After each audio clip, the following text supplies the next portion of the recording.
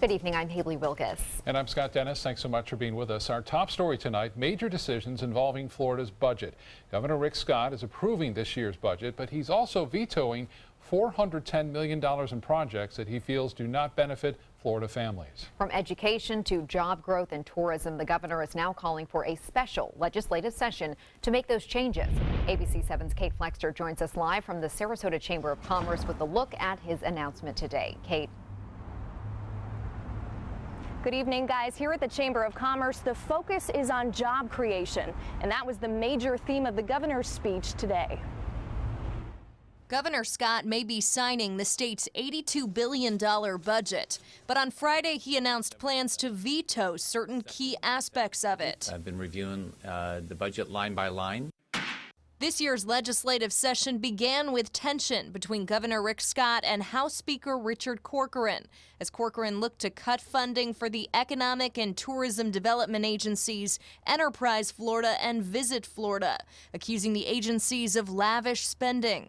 At the time, the move caught backlash from local businesses. What is his goals? Why is he doing something like this to try to get rid of what benefits the entire state? Corcoran was successful in cutting that funding, but the governor is now vetoing that move, calling for increased accountability and transparency and increased funding, a total of $76 million. The budget also cuts funding to education, a move that faced stiff resistance from local educators.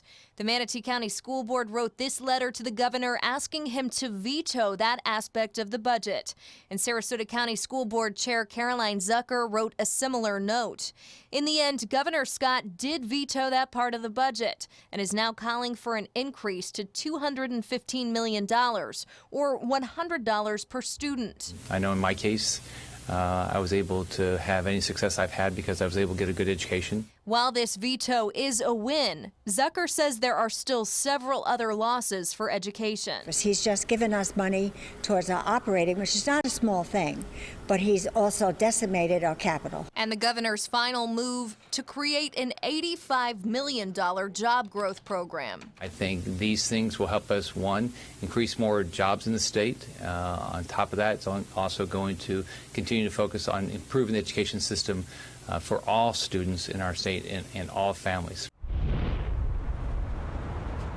One thing we know for sure, Florida must have a new budget in place by July 1st. For now, reporting live in Sarasota, Kate Flexter, ABC 7, your Suncoast News.